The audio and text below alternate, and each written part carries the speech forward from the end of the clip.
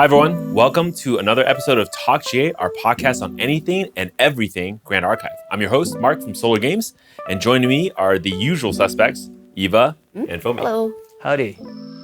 So I'll start off with Eva. How was your week? It was great. How's yours, Mark?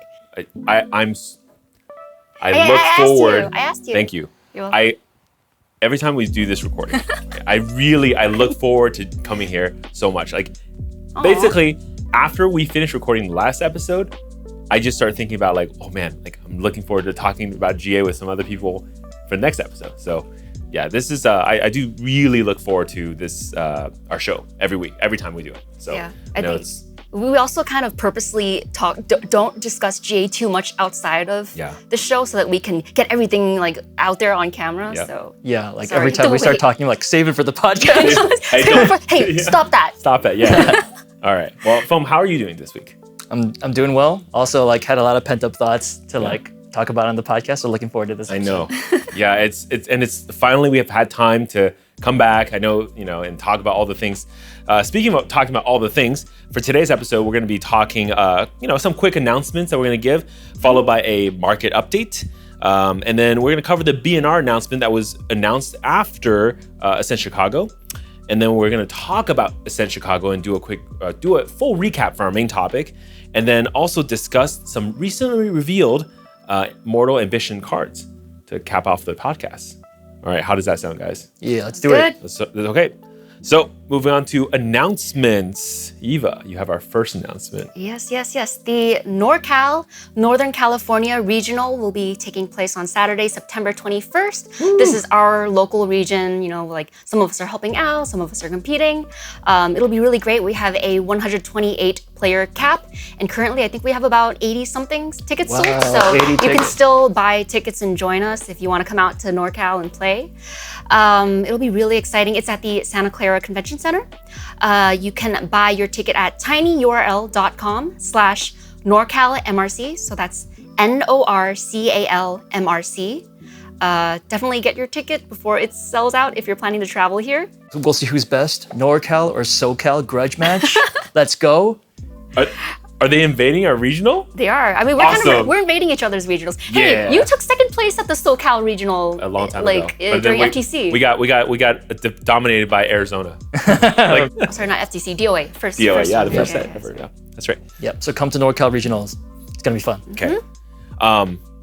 Another very exciting announcement for TalkGA and Fome. You have that one for us. Let's go. All right. So it's been a long time coming. Yes. But we're finally ready to announce the official TalkGA playmat. It's actually sitting right here. We are so excited to bring our first playmat to all you guys. It's been in the works for a really long time. I want to say close to a year at this point. Over a year at this point. Yeah. And we have, first of all, we want to give a special thank you to Rav, who's been helping us at every step of the production of these playmats. Yeah. So thank you so much, Rav. And also to the artist behind this gorgeous Frostworn Paladin illustration. Her name's Cecile, or the Ceciles on Twitter. Cool.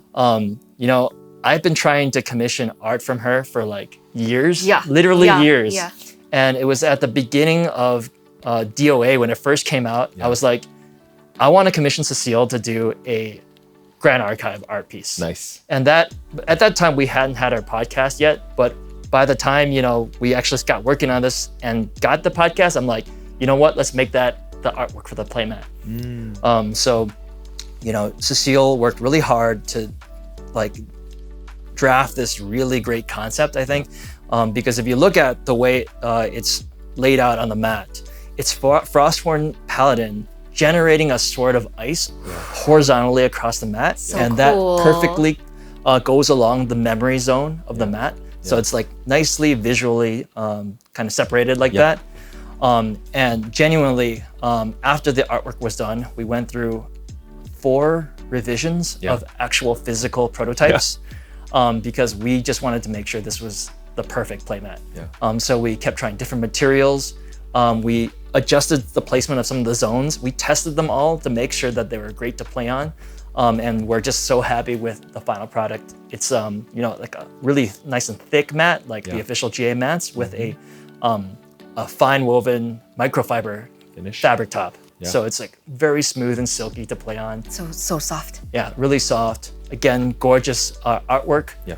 And we got to say that we have very limited quantities of this first batch of playmats. And if you would like to get your hands on one, you can purchase on tinyurl.com/TalkGA playmat. We'll also add the link into the description so that it's available. If you guys like it too, we'll probably put this into a second production. So for those that miss out, don't worry, we will have more, especially if it does sell well. I mean, well, hopefully we'll. Yeah, like Cecile is also like a friend that we've known for a long time from our singing collabs. She's someone that we've worked with for covers. So it's really exciting and meaningful that we're putting out like this gorgeous playmat with her artwork. It's really beautiful. I think the color is really good too. Yeah, I really like the color theme here. It's nice. Yeah, that icy blue. Yeah, it's so cool. Yeah, cool. All right. Why do we have so many Frostworn paladins?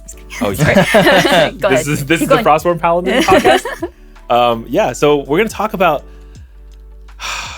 I guess this is time for cornering the market. Cornering the All market. right. Basically, in this segment, we're gonna be doing, talking about specific movements of pricing of different GA cards. So, kind of kicking us off today, we're gonna talk about some of Sylvie's cards. Sylvie, especially the Slime Sylvie. So we're talking about Slime Sovereign Sylvie. That deck meta is dominating. I mean, at this point, it's pretty obvious this meta is killing it in different tournaments. So of course, all the cards that are pivotal to this meta is also moving up quite a bit drastically in price. Some notable ones are going to be Hymn of Gaia's Grace. This card, right, really started hovering around like I think $3 or so a long time ago, before Slime Sovereign was a thing. Of course, quickly moved up to $9, $10 as supplies went out. Jeez. I think it went as high. I don't know how many were sold, but the lowest listing went as high as $14.99 at some point.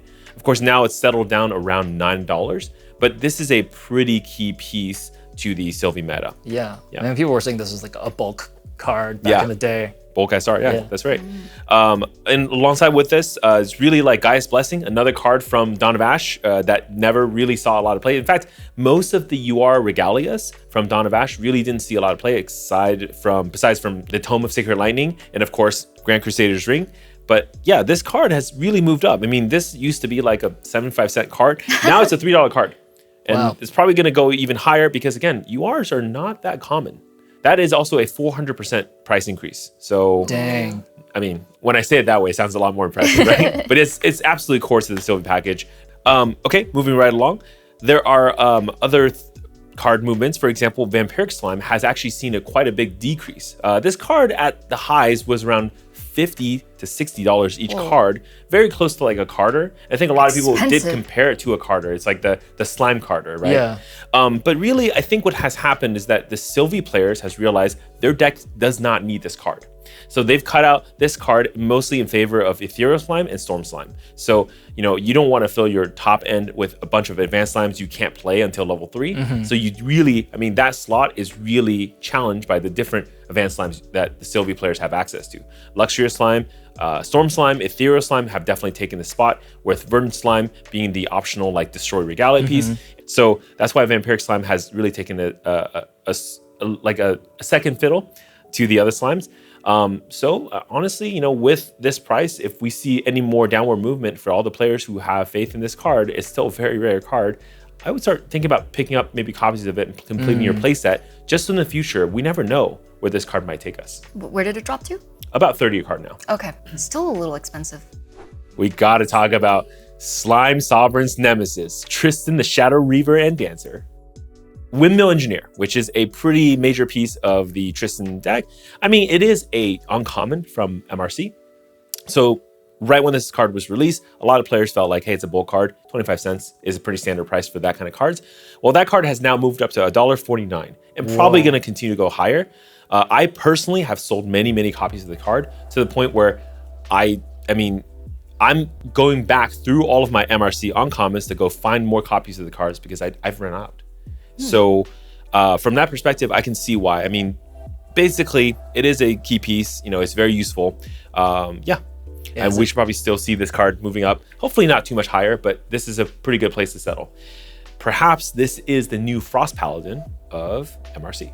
Dang, so this is gonna be like a $10 card at some point? Nah, probably not. But but it is fairly good for what it is. Yeah. I can't stop talking about those Frostborn Paladins. Frost Paladin. Frostborn Paladin. So many favorites. Frostborn Paladin? Yeah. We can't finish talking about the top metas without talking about Nico. Nico is a fan favorite now also. I would say maybe top 3 of the metas currently in rotation.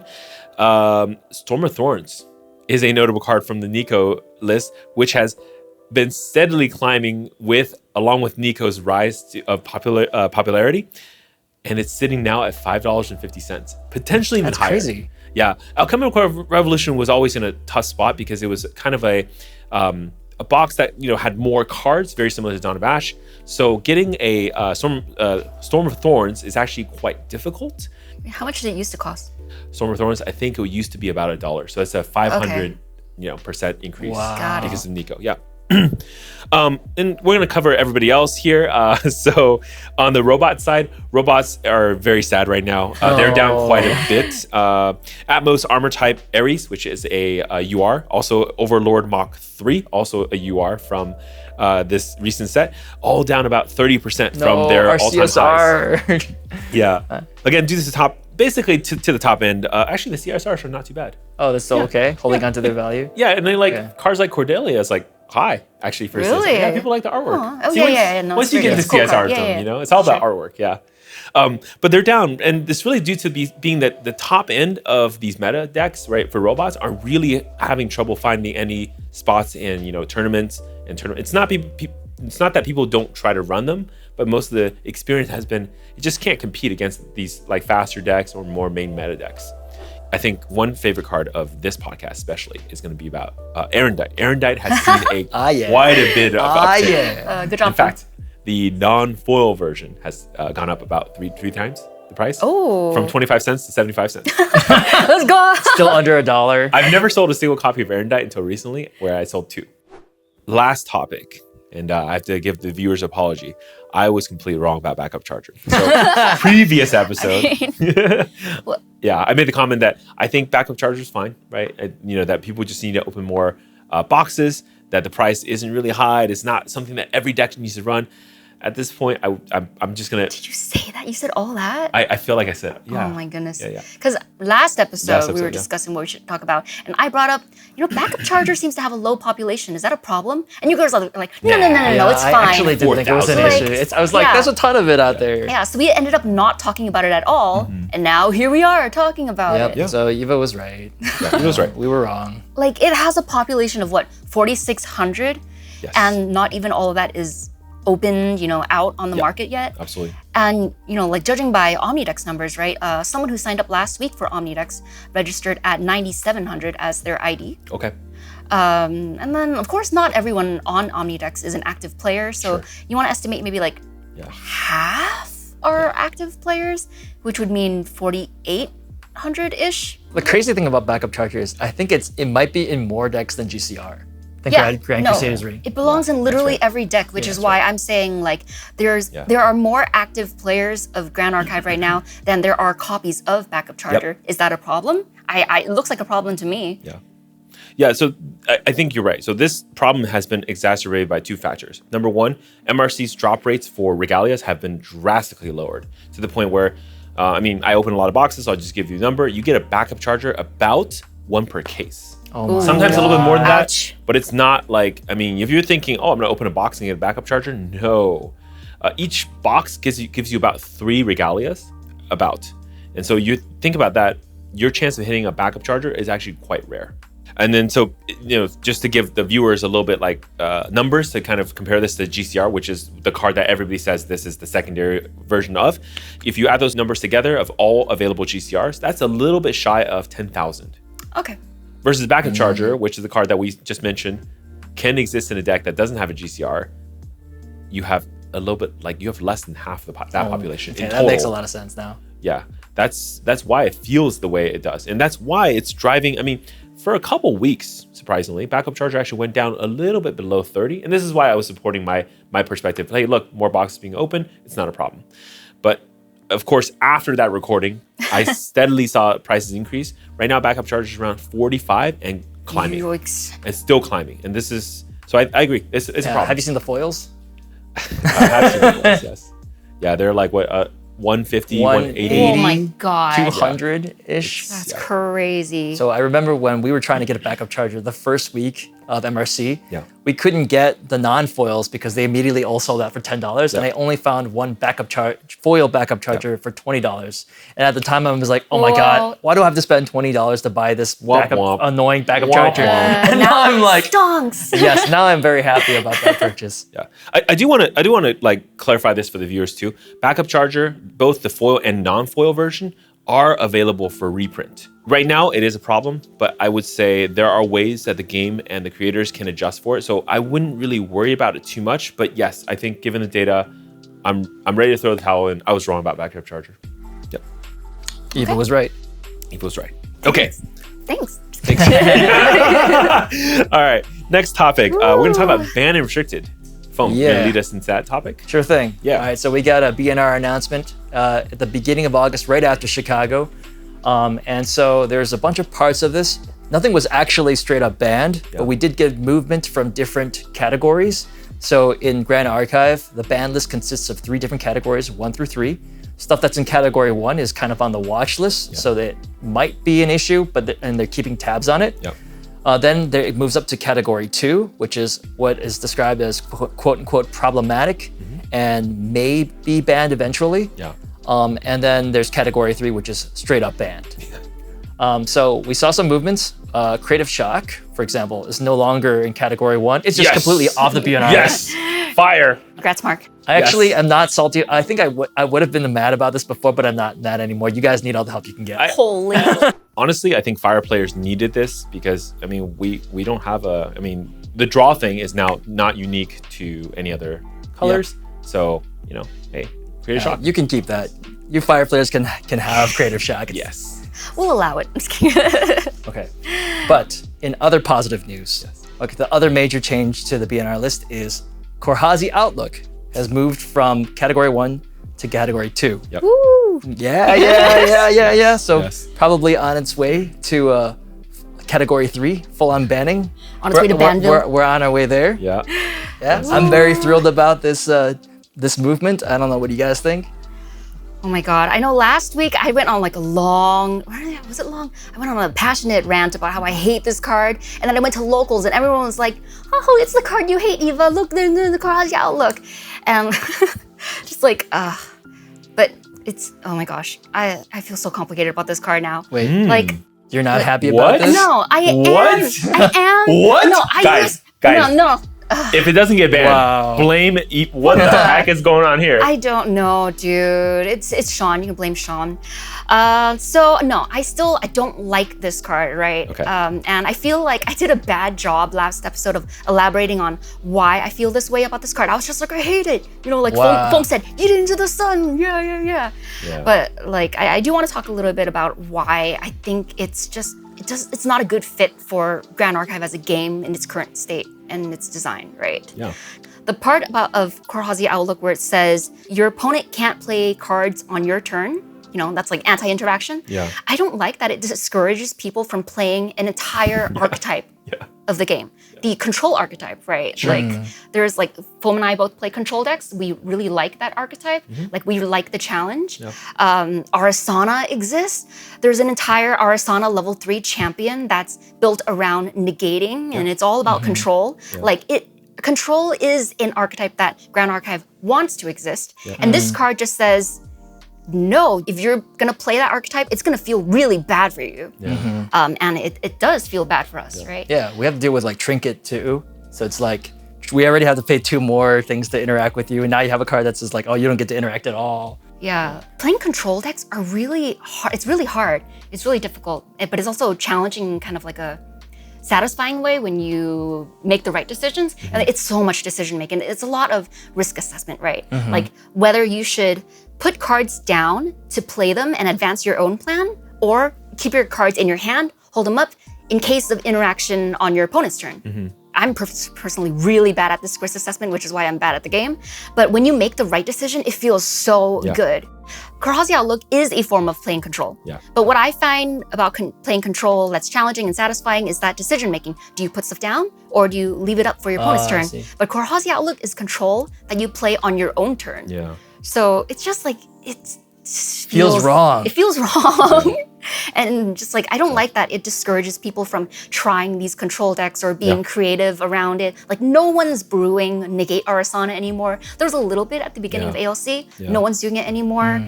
Like, not even for fun. Not even for like, oh, if I lose, I lose. Like, they just straight up just don't even play it anymore. Full control doesn't exist in Grand Archive. No, it doesn't. Okay, so you're glad about this. So you want to ban it? I don't know anymore.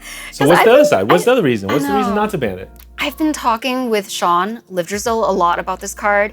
He's a really prolific player in Grand Archive, right? Yeah, Sean's one of the best players. Yeah, and he brought up the point that he would probably still play Korhazi Outlook in a Tristan deck, even if it didn't have the anti-interaction activated ability. He would play it just for the prep counter? Just for the prep counter, because he thinks that there aren't enough reliable ways for Tristan to get prep counters quickly.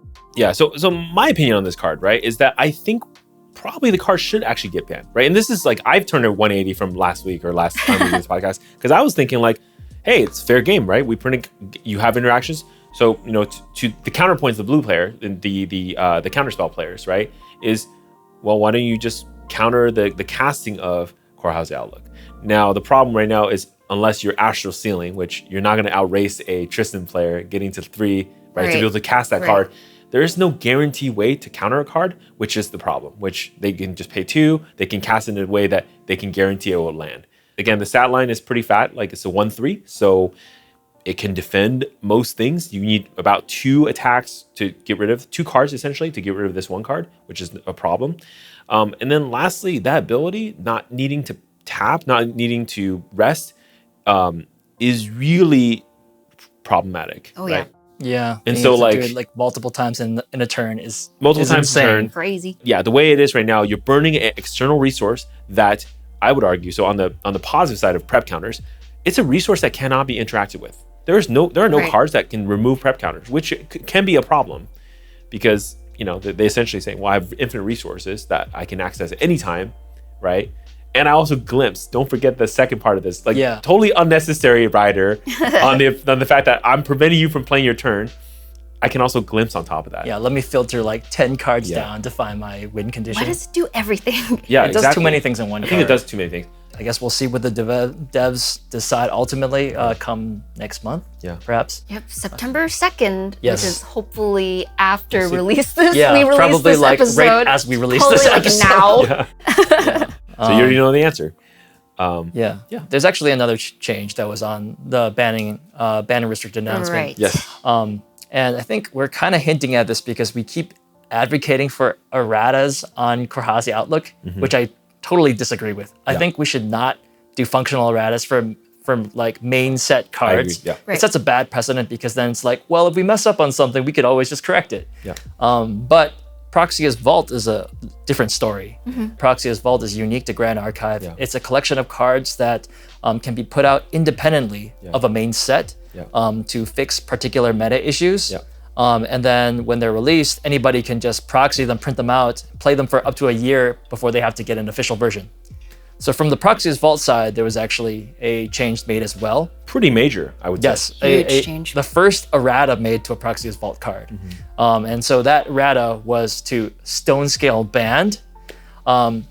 So what was changed? It used to be a 0-cost regalia that had an activated ability that you would pay 1, and if you activate the ability for the rest of the turn, you can activate all your allies as if they had fast activation. Now, both of these parts of the card have been changed. Now, instead of costing 0, it costs 1, and the activated ability, instead of costing 1, costs 2 reserve. Yes. And the activated ability only gives fast activation to your next ally, not to all allies that turn. I don't, play Sylvie myself. So do you think, is this gonna hurt the Slimes deck? Really? Yes, absolutely. This is a this is a pretty major nerf to slimes for sure. Yeah. I mean, we've seen the performance of slime in recent tournaments. It's pretty obvious that like slimes are doing very well. Okay, Yep. they're dominating. This card does a couple things, right? Number one is, traditionally slimes or Sylvie in general cannot draw very well. This was originally printed to allow Sylvies to draw a little bit, right? Because the first part of the card, to discard up to 3 ally cards from your hand or memory and then draw that many cards, helps you with filtering. Yeah, right? It like refunds all your cards that turn. Yeah, if you get it from memory, it's like a refund. Yeah. And the second part of this is that you can tap that ability in pre-recollection. So this is where you can say, refund a bunch of cards in memory, put it into my hand instead, play all those allies now, recollect, do it again. Like 3 turns in a row. Yeah, it's like it's almost getting like, I would say upwards of like maybe 1.5 extra turn. Sorry, half an extra turn. Double time walk. Reckless conversion, is that you? Double to reckless conversion. Exactly. And this is why I think this card just really needed to see like a change, right? So this card in its functional form doesn't really change the fact that you can still do that line of play, but it just prevents like, let's say having like 4 different allies dropping on that fast activation instead of 1. The 1 cost also just makes it slightly more prohibitive to almost like get infinite card advantage by paying nothing for the card and then drawing 3 cards. Now you have to pay a little bit, make sure you have things in memory to cast this card, and then makes be able sense. to start the loop. Yeah, though some people argue that the 1 memory cost now helps your Storm Slime because you're banishing more slime cards. It's actually a buff. Yeah, technically, yes, it does help Storm, but they didn't need that anyways, yeah. All right, moving on to our main topic for this episode. We're going to talk about Ascent Chicago, or the retrospective of Ascent Chicago. Yeah, I can't believe 3 weeks already went by that fast. Yeah, and man, what a turnout. The best attended Ascent ever, right? With 282 participants for Path of Steel. And of course, other people who were just around as well. But yeah, and I want to give a big congratulations to the first place winner of Ascent Chicago, Sean. Sean Zane! Congrats! Lift your Zill! Lift your still. Yes. Yeah, let's go NorCal. Oh my God. Finally, Sean can get his sub 100 Omni number. Yeah, I know. I mean, well deserved. Sean placed second in the World Championship, and finally now he has his own first place. We're so proud. So proud of you. Yeah. Oh, that's our boy Congrats. from NorCal, Northern California. Dude, you know how many people from NorCal went to Ascent Chicago? Like 22 of us took that 4-hour flight over to Chicago. First, you didn't go. We missed you. Would have been fun. What to were you have doing? I was being a dad. Oh, okay. Yeah, you have a good excuse there. Not being top 8 at Ascent Chicago. I'm just Oh kidding. my God. we missed you. It was really fun. Yeah. We could have hung out. Yeah. No, just kidding. Yeah. You should have been there. That's important. Yeah, dude, NorCal did so well at Ascent Chicago. I think one of my favorite moments from Ascent Chicago was after rounds 4 and after rounds 5, just like you like, because we keep bumping each other, people from NorCal, right? So you'd go catch up with them, like, oh, what's your record? How'd your last match go? Everyone's just like, oh, I'm 4-0. Yeah. Oh, I'm Holy 4-1. The team spirit, everyone was so happy for each other and rooting for each other so much during that time. Yeah. That was really memorable for me.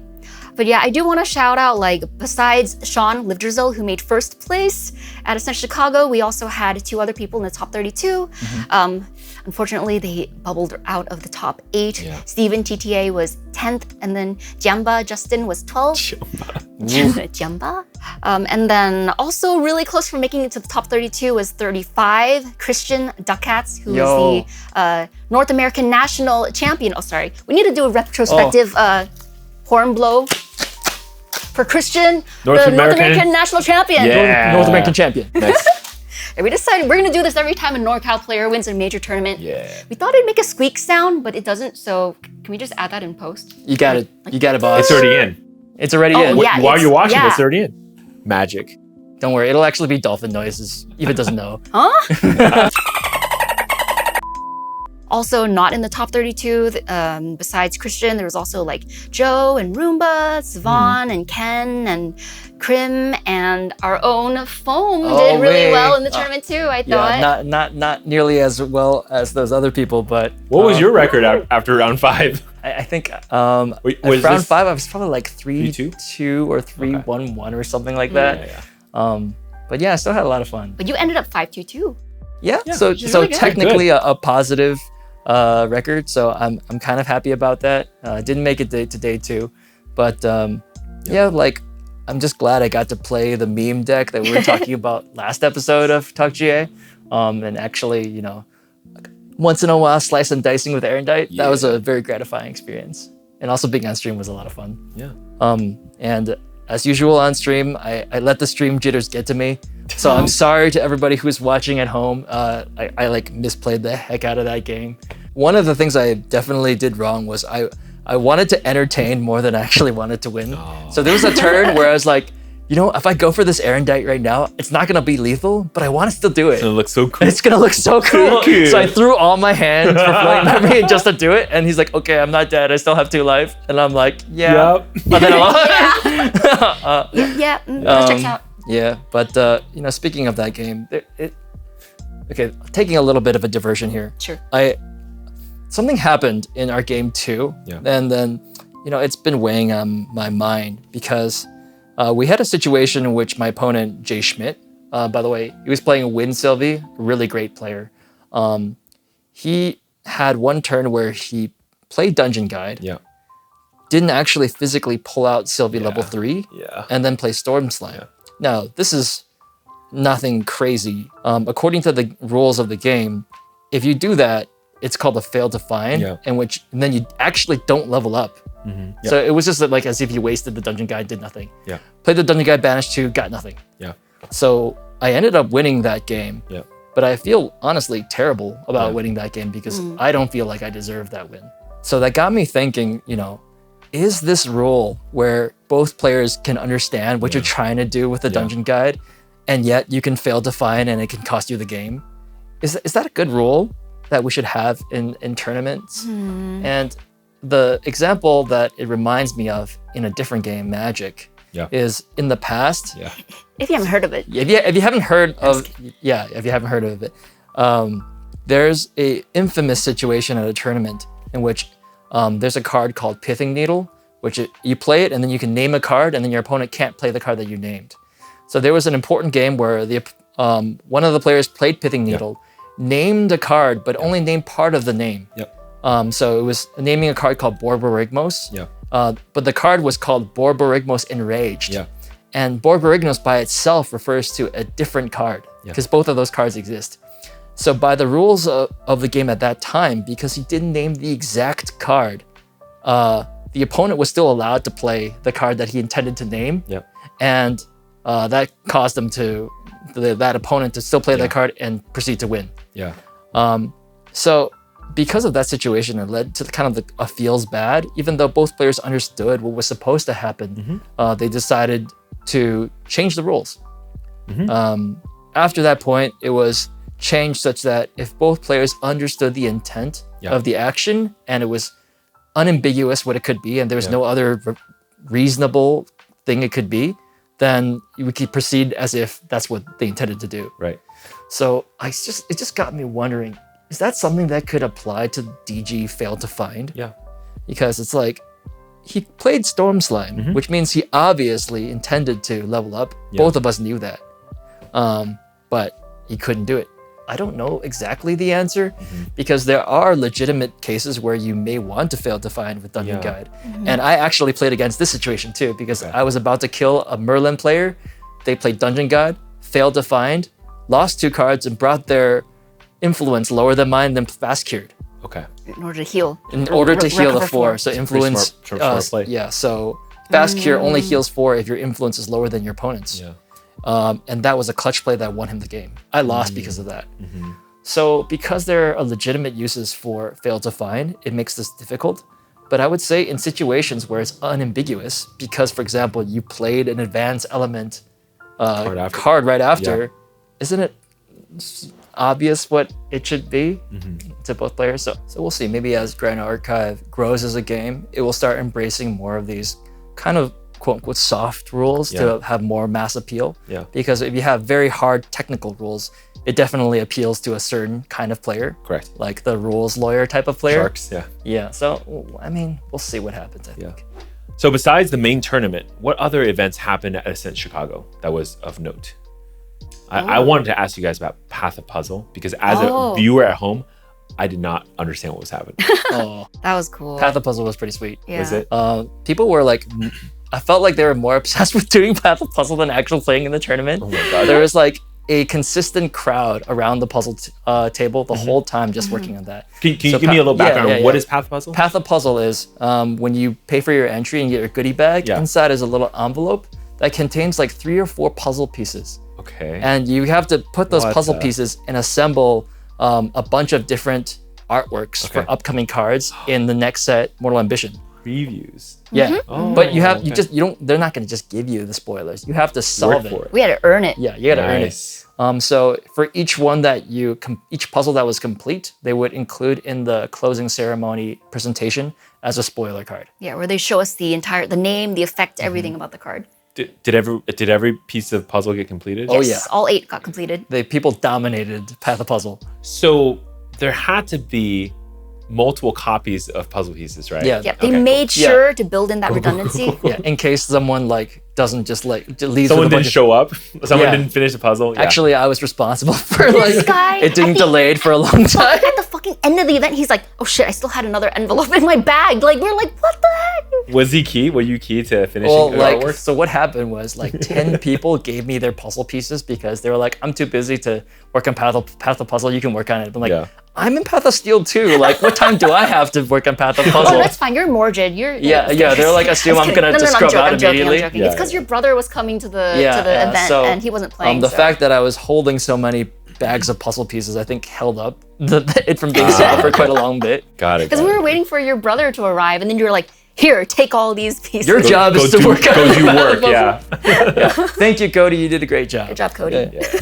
A lot of people mentioned too that it was a good stress relief between rounds to just go like zen out and work on a little puzzle and like stare at the art, watch the horse grow into fruition, watch the kitty grow into fruition. Oh yeah, there's some cool cards. And then they auctioned off the Path of Puzzle completed artworks also. Right, no. After each puzzle was completed, Cherry brought out a fabric version of the artwork to display.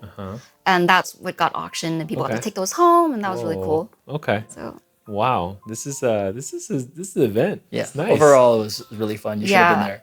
I think it's actually kind of cool that like the creators keep adding more. Right. We got Path of Silk. I know it's not called, but I'm gonna keep pushing that name until we get it. Path of Cosplay. Yeah. Yeah. But Path of Silk is a good one. yeah, that now Path of Puzzle. Now we have like potentially like who knows what other future like fun events that the creators can think of. Yeah, so there were a lot of cool events. How did the main meta breakdown? What did the main meta breakdown look like for Ascent Chicago? Slimes. I'm just kidding. Slime, yeah. Slimes. Yeah. Slimes everywhere. Slimes.tournament. That's right. Oh my gosh. So before we go into this, I do want to mention that there are a few cool ways of checking out tournament results these days. Of course, there's the classic Luxera's map. They've been here since the beginning. You know, Luxera's map team worked really hard. Like before Omnidex, they were inputting all the deck lists manually. Seriously, like so much respect to them. And there's also these days, there's sylvie.gg by Crothus, which is another website that takes the data from Omnidex. And what's really cool about this site is if you click on someone's deck, it'll show up the price of the deck on TCG Player. It'll add up all those prices. MTG Goldfish for Grand Archive. Oh, Yeah. oh, okay. Yeah, I mean, it's a little depressing these days because everything's so expensive, but it's a cool tool. We'll get It's a there, good guys. We'll get resource. there.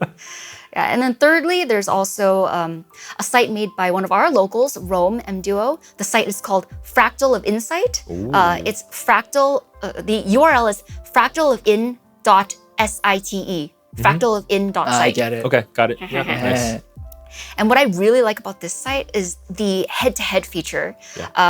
He made this graph where it shows all the different deck archetypes, like Slime, Shadow Strike, which is short for the Wind Umbra Tristan that plays Shadow Strike. And then it's like, you know, Mill for Nico. Yeah, exactly. Crux. Win allies. Yeah. Win allies. And then at the top has rows or columns of, you know, all those archetypes as well. And then it shows between these two archetypes, what was the win rate?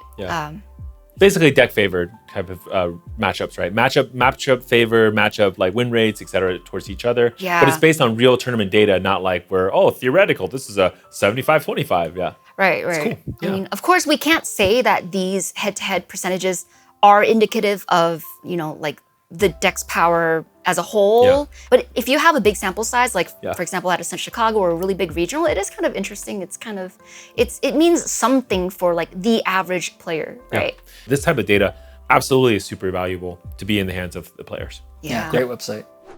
I think it's so funny that Sylvie used to be like bottom of the barrel, like unplayable. Everyone was like, let's make Sylvie competitive. Yeah. When is Sylvie gonna be competitive? Yeah. And now she is competitive, and people everywhere we went at Ascent Chicago, oh God, close your ears, Sylvie. Everywhere we went at Ascent Chicago, people were complaining about Sylvie. It's it's so ironic. There was a lot of trash talk about that. Well, I mean, to kind of put it in perspective, right? Like 21% of the tournament players were Sylvie players. Right. So I think, what was it, like 60 something amount to about 60 some players out of the 282 were Sylvie players. Not just that though, the key is that 6 out of 8 top 8s were Sylvies. Yeah, Sylvie did not take the tournament, but it is pretty crazy. But it's interesting. One of the complaints you hear a lot levied against Slime is that it doesn't seem as difficult to pilot as some of the other decks. So people feel like, well, I've been like playing such a difficult deck all this time, and you're just coming here and like doing something like what they perceive to be a simple game plan and getting rolled. Yeah. And I think that makes people feel like upset, but I don't even know if that's like a bad thing necessarily. Simple, but it's also very fair. I mean, you're playing allies, you turn them sideways, you win the game. Like, what's more fair than that? Yeah. I mean, I think Storm Slime adds a little bit of complexity to that argument, because it's like, no matter where your slimes are, if they're on the field, if they're in the graveyard, if they're in the banish, they're still advancing her plan. So it like, sometimes it feels a little bit helpless, because it's like, I can't interact with how many things are in the banish. Yep. I don't know. That's fair. Yeah, but it's like, you can't interact with prep counters really either. That's true. Yeah. And like, okay, this gets down to another thing that's like, I feel is kind of specific to Grand Archive compared to maybe some other card games, popular TCGs. Because let's face it, Grand Archive is a skill-intensive, high-agency, deterministic card game. And that's why we like it. That's why people like it. They get to show off their skill. Yeah. But in some other games, there's a little bit of more luck of the draw. You can get like mana screwed, mulligan to 4, you just automatically lose. Yeah. So in those types of games, a less skilled player can still like beat a better player, a not insignificant number of times. I kind of feel like card games need a little bit of that, because if you don't have that variance, it's a game that is only appealing to tournament grinders. Yeah.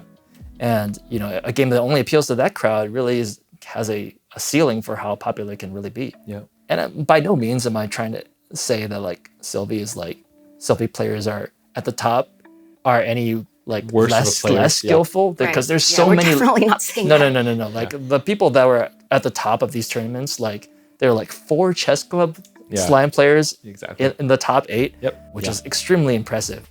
4 people of the top 8 were from the same competitive team. Yeah. So those people, I mean, they know all the little tricks, all the like slight ways to get ahead. Yeah. And I 100% think that it still demonstrates your skill. But I think it's great it's a feature, not a bug of card games, to have some decks, to have a variety in the level of agency / play itself style decks.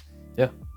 I agree on that, just because I think we see this across every medium of like gaming, just video games too. Like there are video games where literally there are classes or characters, whatever, that are like the easy characters, and they're gonna like very quickly get you to that middle ground or a little bit above, like, middle tier.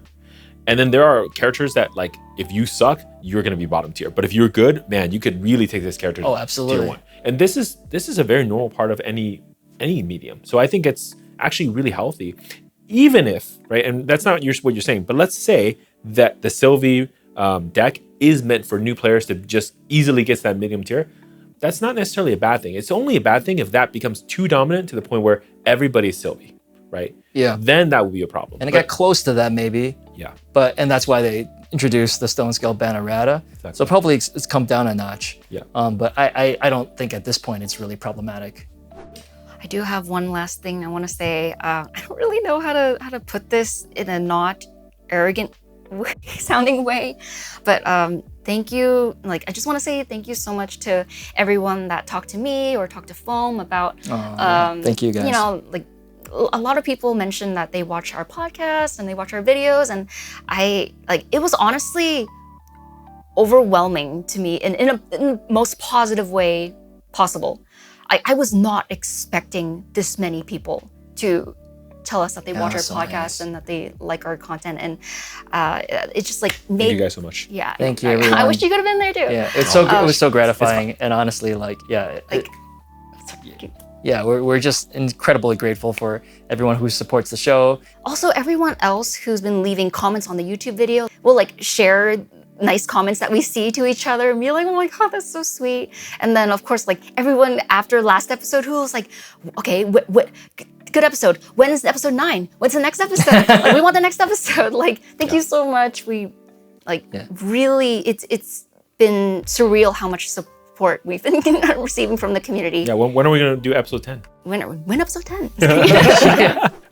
Last topic of today, we're gonna talk about Mortal Ambition spoilers that have been recently revealed on Twitter. I believe these came from a Twitter like campaign where it was all about like, hey, if we get likes and retweets, the more likes and retweets we get, and we hit a certain threshold, then more spoilers were revealed. And I think the way they were done, it was done by rarity level. So you start with common, uncommon, all the way to the ultra rare. Pretty nice marketing idea. Nice, yeah. I forced Mark not to look at any of these cards so that he can learn about them today. Yes. And we're gonna go over some of the spoilers and get his raw reactions to them. All right, Fome, hit me with the first card. Okay. It's raw. Raw. The first card, it's called Razor Gale Calling. Okay. It's a 4-cost Wind Fantasia Cleric spell. Okay. It costs 2 less if you're a cleric. It has the class bonus. The ability is, what does it do? whenever you activate a wind element, deal 1 damage to target champion. Whenever you activate a wind So element. this thing stays on the board Yep. Yeah. forever. Yeah. You can have more than one. That's Oh right. yeah, you can. Not unique. There are wind cards Yeah. So There are if so many that wind you can cards. recur. I mean, you don't even Wind cutter, need- wind cutter, wind cutter. You have so many copies of like basically the same cantripy effect in wind. Do you really need them to recur? It's like Windmill. windmill reclaim, windmill reclaim. Windmill reclaim. Classic. It's card advantage. It's double card advantage because you get the floating and you get the card back and you draw into memory. And now I can do damage on that. Seems It's like, pretty what good. does wind like to do more than anything else? Which is like dirtle around and keep drawing cards, but not actually advance the game state. Yeah. Now you're actually killing your opponent doing that. You have a win con. Congrats. So I love this card. You know why? It's Because a it crazy card. enables just straight up wind element, and it doesn't have to be an allied deck. It could be a wind element like, reactive deck. Yeah. Yeah. Well, this is it's Wind Storm. Yes. In Grand Archive. Yeah. That just rewards you for taking game actions that you were going to take anyway. Yeah. Exactly. It's cool. I like it. Yep. So that was the first one, and it's Whoa. a common. Okay. So That's the common. that's the common. Everybody's gonna get this card. All right. What's the uncommon? It's called Lava Soul Tiger. Okay. It's a 4-cost fire ally, Tamer Beast Tiger. Tiger. Okay, so that sounds like right up Sylvie's alley already. Pride 3. Okay. It's a 5/5. Okay. And 4 for on 5, that's enter, good. you can banish 2 fire cards from your graveyard. If you do, it loses Pride until end of turn. Whoa. Yeah. So Lynx, meet your big brother. It's like Lynx and Monkey had a baby. Oh my God. Yeah, this card is really good. It's another like rending flame type of thing. Like Cannoneer has this ability, right? Go distant on enter, banish like fire cards, go distant. This card is saying enter, banish, so I can go hit for 5 right So away. Sylvie 1, this comes in, it becomes a 6/6. You banish 2 things, hit them for 6. Level up to Alan, you get the Pride 3, hit them for another 6. Yeah, that's right. It's pretty good. This card is pretty good. Yeah, it's looking like so far like there's a lot of support for basic elements in this set. I like it. Yep. Yeah, And we'll it looks reset. like it sounds like there's going to be more support for good old classic animals and beasts, Sylvie. Okay, all Not right. just slime. Not just slime. Sorry. So Sylvie has 2 lines now, or multiple lines of. Yeah, that'll be possibility. cool. That'll be That's cool to yeah. see. Yep. Yeah. All right, the rare card. What about the rare card? All right. The next to see card we have is called Slipstream Vault. Okay. Woo. 2-cost water action, ranger skill reaction. Yeah. it has a very interesting class bonus. It costs 1 less to activate if it targets a unique ally. So specific. Very specific. I don't know how often you'll actually get that class bonus. And what it says is the targeted ally you control becomes distant, and then negate all card activations targeting it.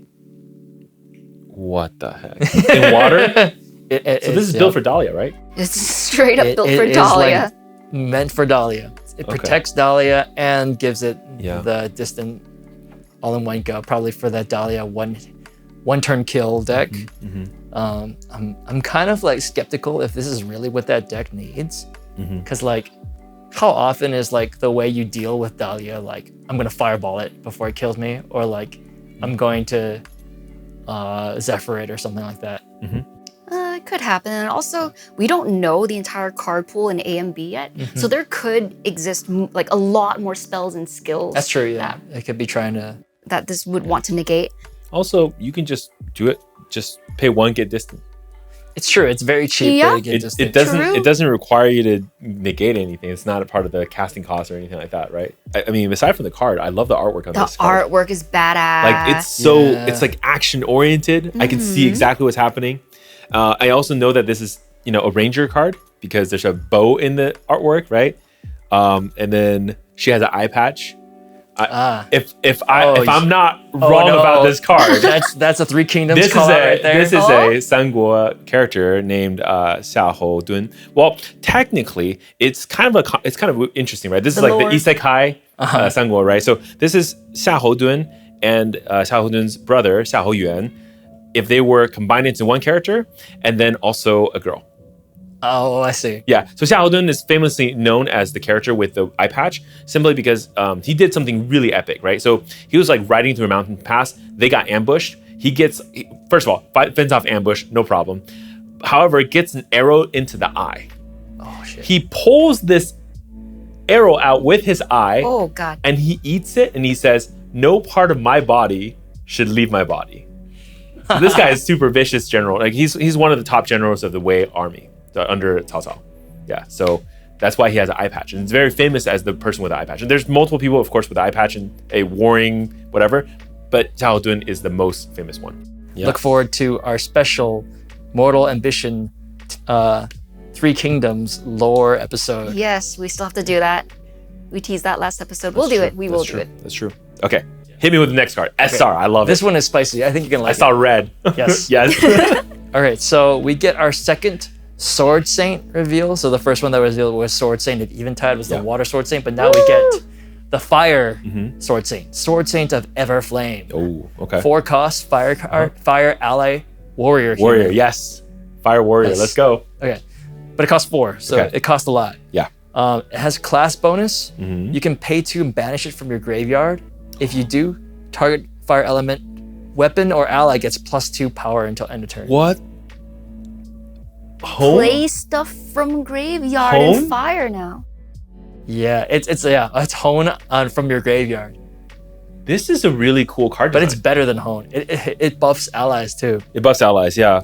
It's instant speed, right? Sorry, fast speed, because you can do it anytime. It's not like, sorcery.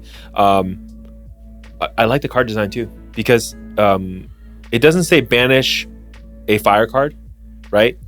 Banish this card. So this goes under Lantern, right? So normally preventing fire from doing things, it's like you Lantern their graveyard, like, it's all norm, they can't do anything. You can still banish this card. It's banish this card. I can see a deck where you create a shock, discard this card. Oh yeah. Right? Absolutely. Yeah. It's like you can either play it turn 1 and it's a 3/2, so they have to like deal with it. They can't just like let you keep a 3/2. Or you can just pitch it and use it later. Oh, but you're right. It's 3/2. So you play it, you swing. You get rid of an ally. 3 is a great 3 is a great power. attack line. Yeah. That's a Frost Paladin without eating anything. Yeah. It's like, so deal, like take care of this ally and then, but it's still gonna threaten you later. And then cremation ritual. Yeah, oh yeah, sure. You could do Cremation that. ritual too. Hit something, cremation. Oh, the surprise factor of this card will be good too. Because as the game progresses, you're gonna kind of forget how many Everflames are in the graveyard. Probably. And then there's gonna be one turn you're like, nah, he's still like 2 damage short. He's 4 damage short from a rending. No, I am not. Pump. Banish 4 Sword Saint of pump, Everflame. rending. Everflame double. 4 damage, easy. Wow. Wait, flavor text. Though my kindling may one day burn up, the flame of my sword will pass on. That's pretty cool. Yeah. I can just so my mental image of this card is like she dies and there's like a sword planted on this gravestone, but the sword's still burning. Like there's a little ember. Yes. Like but it's the still soul active. still burns. Yeah. Oh, this card's so cool. That's sick. Love it. All right, give me the UR. Yeah, last one. All right, the last one. All right. Sundering Moon. This is a regalia. So it's 0 memory cost regalia that's a wind element. It is a warrior polearm. Yep. It has Jin bonus on enter. If you control 2 or more wind element allies, it gets +1 until end of turn. It has an activated ability that's also Jin bonus. Pay 2, return Sundering Moon to your material deck. Prevent the next 1 damage that would be dealt to target unit you control this turn. So it's Jin's signature weapon. Yes. So how do you like your Sadiana weapon? Wow. Or it's more like favorable winds on a stick. Is it favorable winds on a stick, Sadiana weapon? Lorraine with gun in 1 card? Yeah, so this card, I think, on the Discord was probably the most polarizing of all of them. Because some people were saying this is busted and amazing, and other people were saying, like, this is not impressive at all. Yeah. For a UR, I think they were expecting something a little bit more explosive. Yeah. But it's just like a reliable, sturdy, good card. Do we know what Jin does at all? No. Nothing. Okay, so that's gonna be key. His attacks get +2 when a weapon enters the turn or something like that. Yeah. I think what's also cool about this card is it shows off because they announced at the end of Ascent Chicago that URs, ultra rares in A and B are going to be full art. Yeah, so it's gonna be full art, but not like etched, right? So there's no like that's right. raised type of.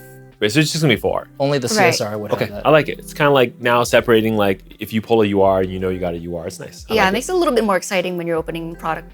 Are we gonna go like backdate and get some full art GCRs and stuff like that too? That'd be kind of cool. That'd be cool. Yeah. That would be pretty sick. Yeah.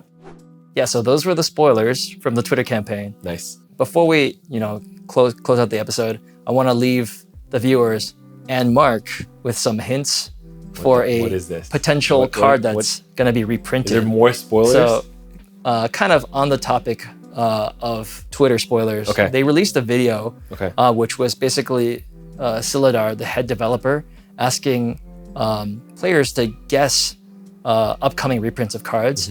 And basically they had like some limited amount of time to ask as many yes or no questions as they could. And then based on that, try to figure out the card. Okay.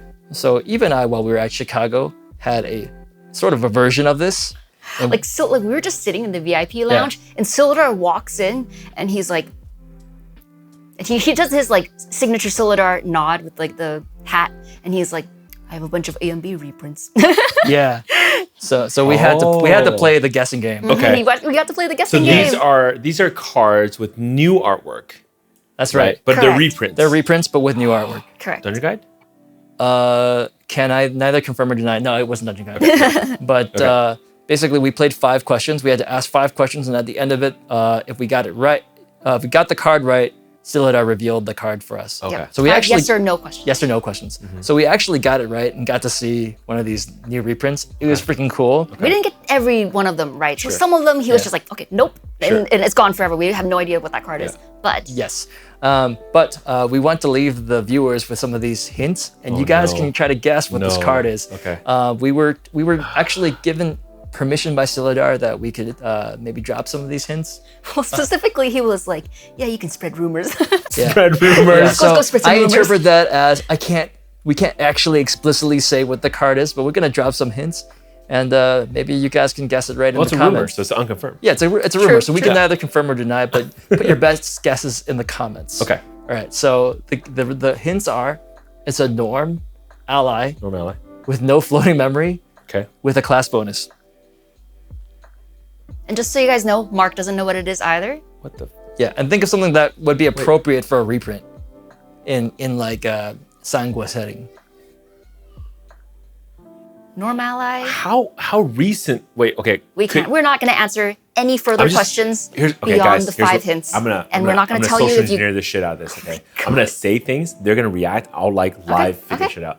Okay. Actually, I shouldn't have said that. I should just start doing it. Like, how recent are, like, I mean, like, I'm thinking, right? So I'm just thinking to myself, you don't need to say anything, right? I'm thinking, like, okay, so if it's a card that needs a reprint, right? I didn't say that it needed reprint. But, you know, like, didn't you say something like considering, like... I said think of a card that would be appropriate to reprint. Correct. Give an extra hit in this game. Yeah, appropriate for reprint, which means that it's like, impression. it has need for, you know, like a dungeon guide is one of this. The dungeon guide doesn't have class bonus, doesn't have no floating memory, that's fine. So, but it doesn't have class bonus, so it's not dungeon guide. I think I know what it is, but I think it's a little too early though. I would guess like, so just based on like card pricing, Sadie? It's a good guess. It's a $50 card. Get it down to 25, like people happier, maybe. Good guess. But it's a little too recent. That's the only reason why I'm like a little bit off of Sadie. Another card I would love to just see an alternate art for, but it doesn't need a reprint. It's like Banner Knight. You know, like I would like to see it just because like I want to see the Sanguo version, like the Chinese like version of Banner Knight, right? Because that's very. The funny thing is, I feel like that card is going to be there anyways. Just like we didn't need a Idle Thought reprint or Favorable Winds. Or Favorable, or a Fairy Whispers. Sure, or Favorable Winds, I think, is MRC. But we had them because it's just alternate art. It's kind of fun. God. So you guys got this one right? We got it right. Yep, we got to see the art, the new art. It looks cool. Oh my God. Anyway, we're not going to tell you. Yeah, I'm sorry, guys. I struck out. I don't know. Let's see how many people guess it right. Audience, Yes. right? And it's not Banner Knight or Sadie so far. I mean, they're like... Well, we can neither confirm nor deny either of your guesses. Okay. All right. Before we close out this episode, we do have a viewer question that we will be answering.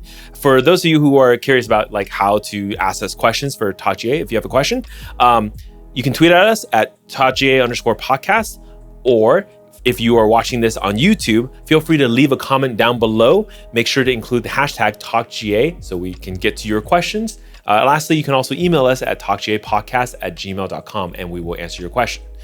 All right, viewer question from this week from Alternite. Hey, I go by Alternite and I recently got into GA and found your podcast. Genuinely so entertaining, and I love your guys' perspective and dynamism. You're dynamite. Dynamic. Thank you. You're Alternate. dynamic. Thank you very much. You're dynamic, Yeah. Alternate.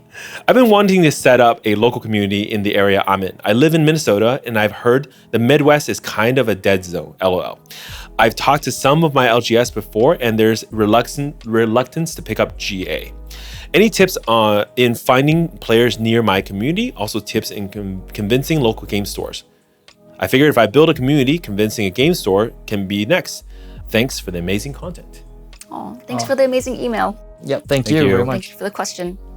Right. I do have stuff to say about this, so Nice. is it okay if I just start yapping? Go for it. Yeah. Yes. Be our Okay, guest. Yeah.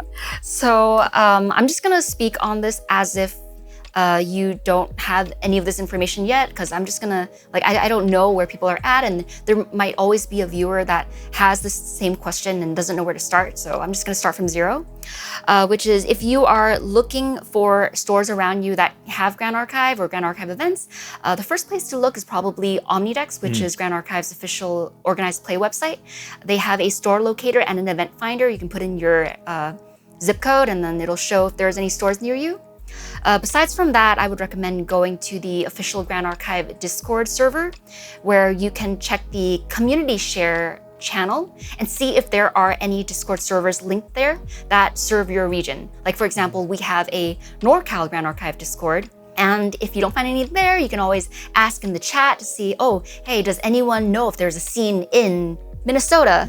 And hopefully someone does know and can point you to the right direction. And then if there's nothing that you can find and you want to start something, you know, like I will say it will take some investment, right?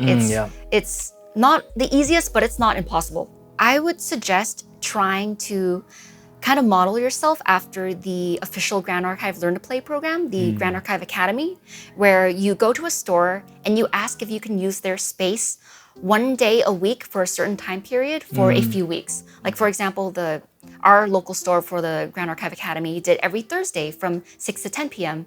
for like 4 weeks straight. And then advertise that it's free and people can come in for on-demand demos. So like they can just walk in and ask, hey, can I learn how to play Grand Archive? And then you'll be there, and hopefully some of your friends will be there, and you'll be like, yeah, sit down. Here's some cards. Here's how to play. How would you get the kits to be able to run this thing? Yeah, so there are like official demo kits, which I have one here. These have 2 decks in them that are about 20 cards each. So they're very small decks, just meant for demoing. You probably won't be able to get your hands on this because this is what they use for officially sanctioned events.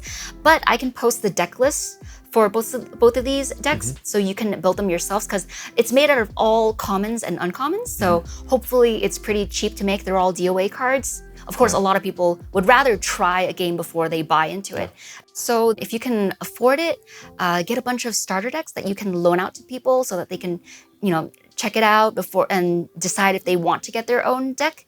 I think that'll really help just kind of bridge the gap. And Grand Archive does support print and play, so that's an affordable way of trying the decks too. Yeah, and actually, I'm really glad you brought up starter decks because, I mean, just honestly, I didn't even think about this, but there's a lot of collectors like myself who are probably more than willing to just send you a lot of starter decks. Oh. Yeah, and actually, you know what? It just kind of struck me. I think this is a beautiful way that the creators designed the game. Okay, so starter decks have a chance to have a very rare card in them, but otherwise they're just a starter deck. So for collectors that really want the super rare cards, they'll open a lot of starter decks, and we end up with a ton of starter decks that we don't really know what to do with. So honestly, email me again and we can work out some details where I just ship you a bunch of starter decks so you can kind of build your community for free. And the funny thing is, I'm not the only one person who does this. Locally, when we first started, Sean, the champion, Lifterstill, actually did the same thing, right? He brought in a bunch of starter decks that he was trying to open for CSR and then shared that with the community for free. I know Shinja from TM32 also does this too. So my recommendation, beyond just emailing me, if you need more or need variety, is to also just join the main Discord, which we already talked about before, but just kind of ask, right? Don't be shy. Just say, hey, I'm building a community. Would anybody have any starter decks? Happy to just ship it all to you, right? Honestly. And we would love to hear from you as you kind of build this community, as you grow it. We'll check in with you in a couple months. Keep us updated as well. If, what works, what doesn't work, where you need troubleshooting, where you need help, stay in contact with us because we would love to see it happen, wherever you want to build a community. So let's talk in a couple months. Yeah, good luck. Good luck. You got this. Yeah. And that's going to be our show for today. And thank you so much for watching this episode. And we hope you enjoyed it. But from here, the TalkGA crew, we're signing out. Stay classy. Stay classy. Look, especially want to give a shout out to our very own Sean for getting rank 1 in Ascent Chicago. Oh my God, okay. Wait, redo that. Okay, redo it. I couldn't get my I'm really giving him time and he's searching. Stall more.